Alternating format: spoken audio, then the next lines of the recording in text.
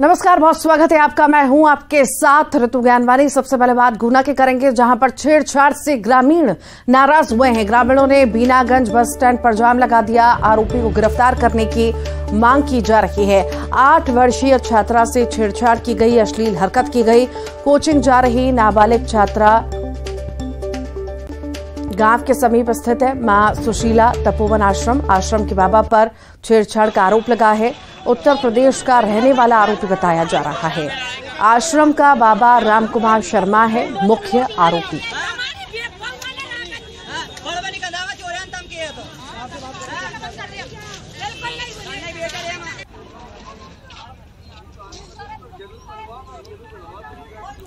ये तस्वीरें आप देख रहे हैं, नाबालिग बच्ची से छेड़छाड़ की गई है, जिसके विरोध में ग्रामीणों का हंगामा देखने को मिल रहा है। कार्रवाई की मांग उनके द्वारा की जा रही है।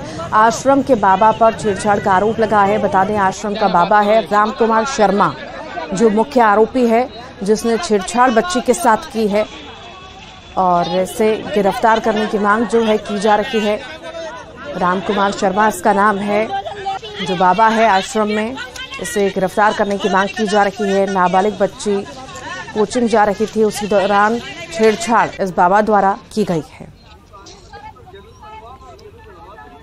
तो ग्रामीणों में आक्रोश है और मांग की जा रही है, कार्रवाई की मांग, गिरफ्तारी की मांग की जा रही है। इनके द्वारा बीनागंज बस स्टैंड पर जाम लगाया गया है। ज्यादा जानकारी के लिए हमारे साथ विजय जोकी जुड़ गए हैं। विजय, क्या ज्यादा जानकारी है मामले में? देखिए, पूरा मामला जो है एक 7 से 8 साल की बच्ची थी, उसको एक बुजुर्ग है 65 साल के RK शर्मा आरोपी का नाम बताया जा रहा है, जिसने पूरा जो है छेड़खानी बच्ची के साथ की है। जिसके बाद जो है पुलिस ने आरोपी के खिलाफ मामला दर्ज किया है और आरोपी को पकड़ने की मांग जो है बच्ची के परिजन कर रहे थे, जिसको लेकर करीबन 2 घंटे तक ये पूरा हंगामा चला है। जिसके बाद प्रशासन की समझाइश के बाद जो है जाम खोला गया है। जी ऋतु। जी ठीक, आप बता रहे हैं कि अभी जाम खोला गया है पुलिस प्रशासन के बताने पर। आखिर किस तरह की कार्रवाई होगी? प्रशासन का क्या कुछ कहना है इस पर?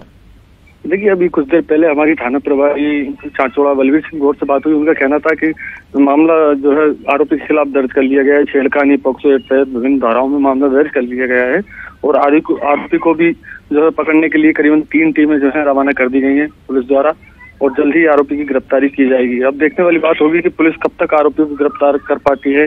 फिलहाल तो जो है प्रशासन की समझाइश के बाद परिजनों ने जो है जाम से जो है दूर हो गए हैं और जाम खोल दिया गया है। अब किसी भी तरह की समय स्थिति ना बने, इसको लेकर पुलिस के आला अधिकारी और पुलिस फोर्स भी मौके पर तैनात किया गया है। ठीक, बहुत बहुत शुक्रिया विजय।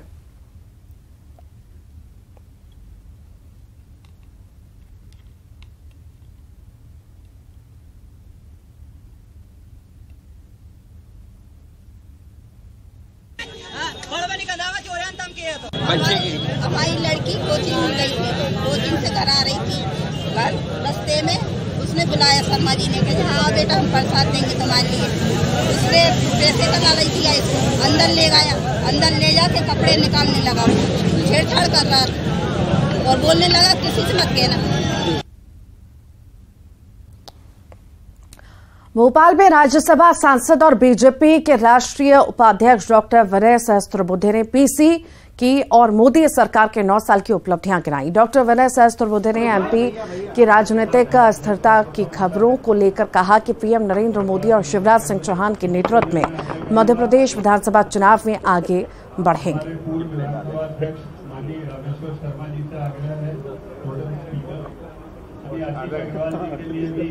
लोकसभा प्रवास के दौरान ये पहली तो ये आप प्रभारी भी रहे, तो एक बार क्लियर क्यों नहीं होती स्थिति की इन्हीं के नेतृत्व में चुनाव लड़ा जाए? देखिए, ये कोई अस्थिरता की बात नहीं कर रहा। मन कभी कभी सामने वालों का विचलित होता है तो वो कर सकते होंगे। हमारा मन एकदम सही है।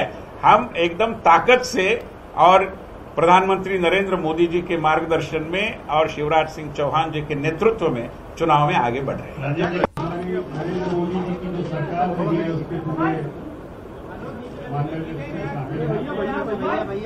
तो बता दें आपको, भोपाल में राज्यसभा सांसद और बीजेपी के राष्ट्रीय उपाध्यक्ष डॉक्टर विनय सहस्त्रबुद्धे ने पीसी की है और मोदी सरकार के 9 साल की उपलब्धियां गिनाई। डॉक्टर विनय सहस्त्रबुद्धे ने MP में राजनीतिक अस्थिरता की खबरों को लेकर कहा कि पीएम नरेंद्र मोदी और शिवराज सिंह चौहान के नेतृत्व में मध्य प्रदेश विधानसभा चुनाव में आगे बढ़ेंगे।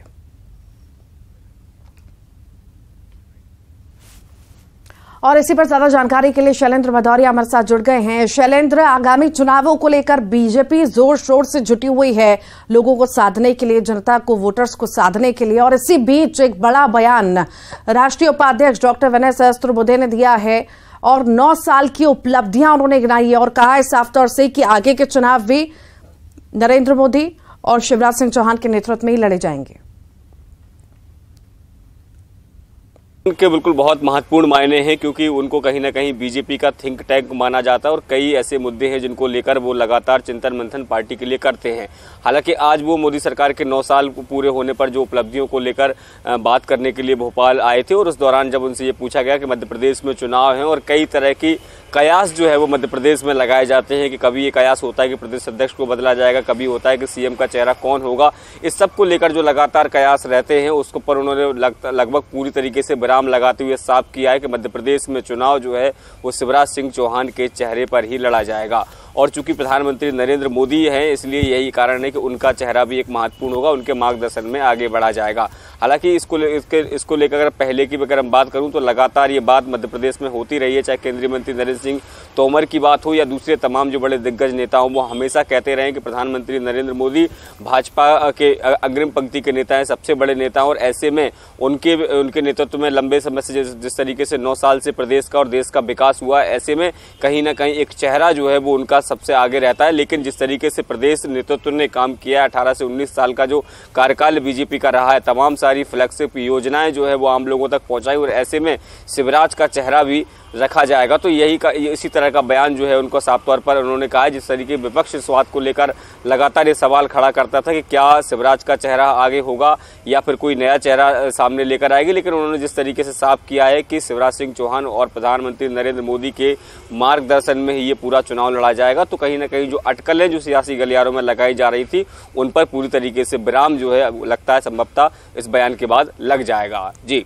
ठीक, बहुत बहुत शुक्रिया शैलेंद्र, आप लगातार बने रहिएगा। फिर आपके पास लौटूंगी अगली खबर पर। एमपी में महाकौशल से कांग्रेस और बीजेपी चुनावी अभियान का आगाज करेगी। जबलपुर में 12 जून को प्रियंका गांधी कांग्रेस के चुनावी अभियान का आगाज करेंगी और इस दौरान कांग्रेस महिला मैनिफेस्टो भी जारी करेगी। तो वहीं 21 जून को प्रधानमंत्री जबलपुर के दौरे पर आएंगे, विश्व योग दिवस पर आयोजित कार्यक्रम में शामिल होंगे। यहीं से बीजेपी एमपी में अपने चुनावी अभियान का शंखनाद करेगी। आपको बता दें कि 2018 के विधानसभा चुनाव में जबलपुर संभाग में 38 विधानसभा सीटों में से 24 पर कांग्रेस ने कब्जा किया था और बीजेपी को 12 सीटें मिली थी। इस बार बीजेपी महाकौशल में अपनी स्थिति मजबूत करने की जुगत में है, तो वहीं कांग्रेस पिछले चुनाव के प्रदर्शन को दोहराना चाहेगी। प्रियंका गांधी जी आ रही हैं, वो तो कांग्रेस पार्टी का महाकौशल से जो चुनाव अभियान है वो आरंभ करने आ रही हैं और हमारा जो महिला मैनिफेस्टो है उसे भी जारी करेंगी।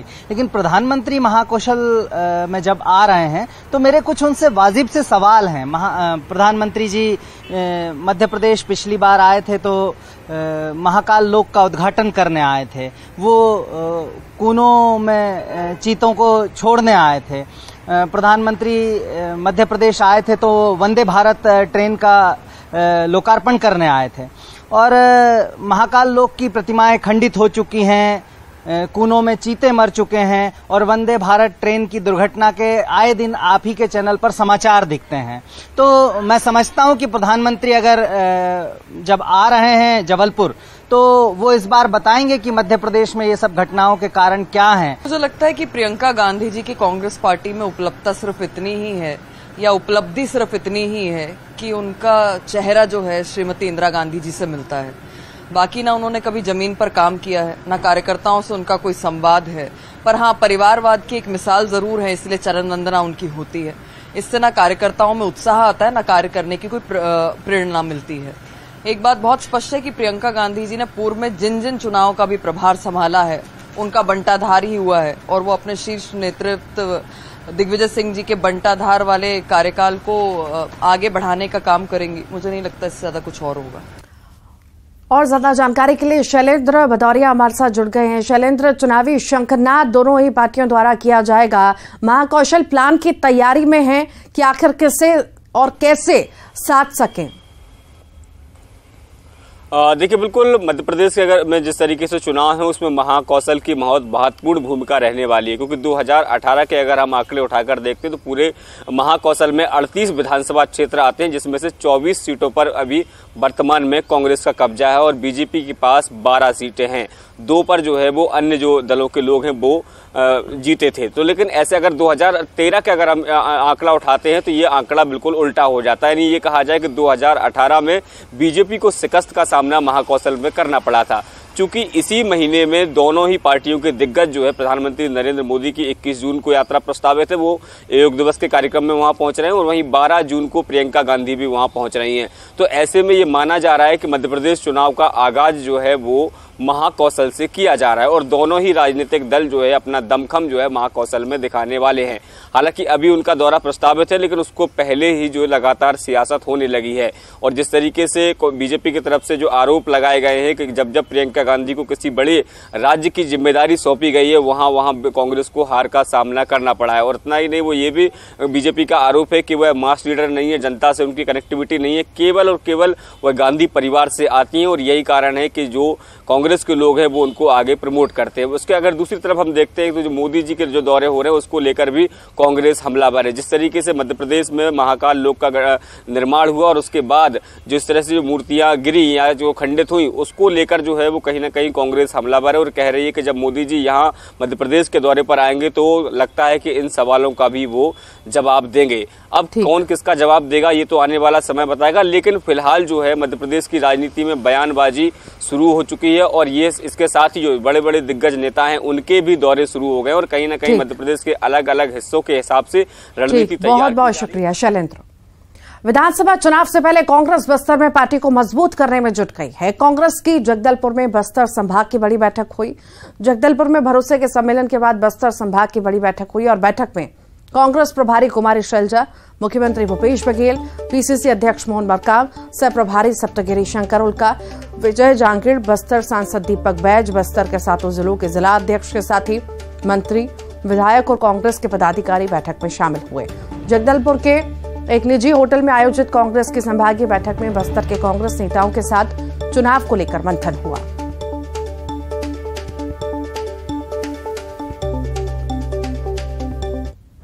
उम्मीद है यहाँ के युवाओं में एक आशा नजर आती है उनकी आंखों में और आने वाले वक्त में फिर से हमारी सरकार बनेगी और यहाँ पर और ज्यादा चहुमुखी विकास होगा।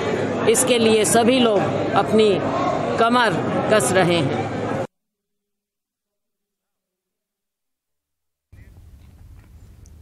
तो चुनाव से पहले कांग्रेस की बस्तर रणनीति है, रणनीति बस्तर के लिए तैयार की जा रही है। पीसीसी अध्यक्ष, बस्तर सांसद की बैठक हुई है। ये बैठक में शामिल हुए हैं बूथ स्तर के कार्यकर्ताओं, संगठन के नेताओं के साथ मंथन किया गया है।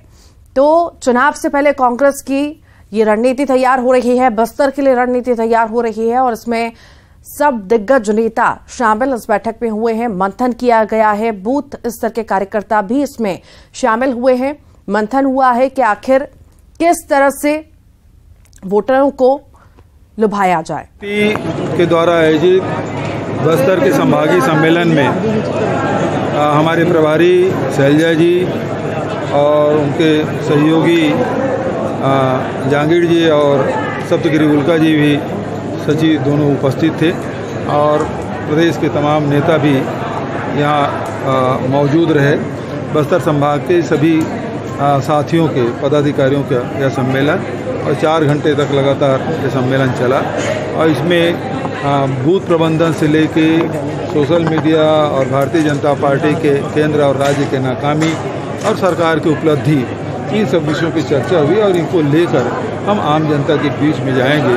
और बस्तर बदल रहा है, बस्तर में शांति लौटा है और इस बात की चर्चा सभी तरफ है और बस्तर के लिए अनेक योजनाएं हमने दी है जिसका लाभ बस्तर के लोगों को हुआ है। और इसी पर ज्यादा जानकारी के लिए श्रीनिवास नायडू हमारे साथ जुड़ गए हैं। श्रीनिवास, बस्तर पर फोकस अब कांग्रेस का है और साधने के लिए बस्तर वासियों को अलग अलग तरह की रणनीति तैयार की जा रही है। आज बड़ी बैठक हुई है, आखिर कितनी महत्वपूर्ण ये बैठक हुई और किस तरह की योजनाओं से लाभ दिया जाएगा या रणनीति बनाई जाएगी जिससे बस्तर वासियों को खुश किया जा सके?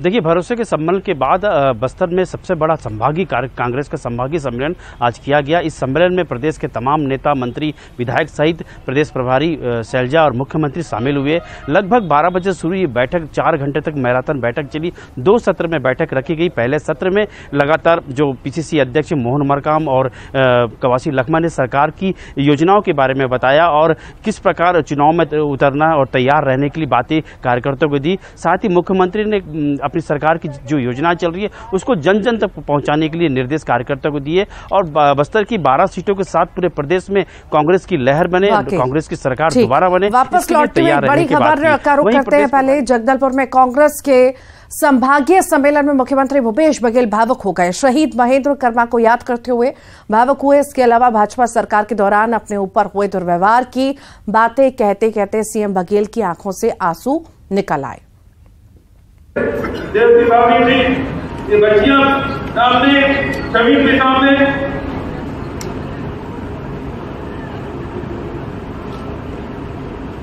कोई नाराज नहीं। मां को मैं चलेगा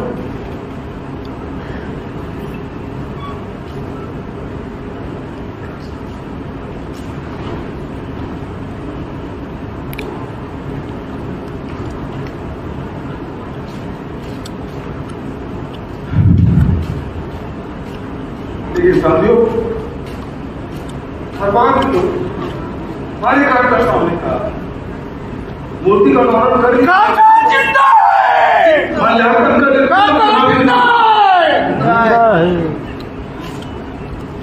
मुझे इन बच्चों को भोजन करने नहीं दिया, तुरंत जाइए। हम उस दौर से गुजरे।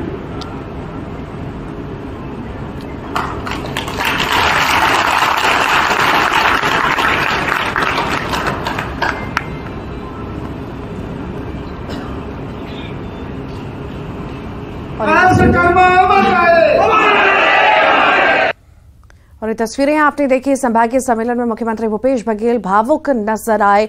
शहीद महेंद्र कर्मा को याद करते हुए भावुक हो गए। ज्यादा जानकारी के लिए हमारे साथ श्रीनिवास लगातार जुड़े हुए हैं। श्रीनिवास, तस्वीरें हमने देखी, संभागीय सम्मेलन का मौका था और मुख्यमंत्री भूपेश बघेल भावुक हो गए।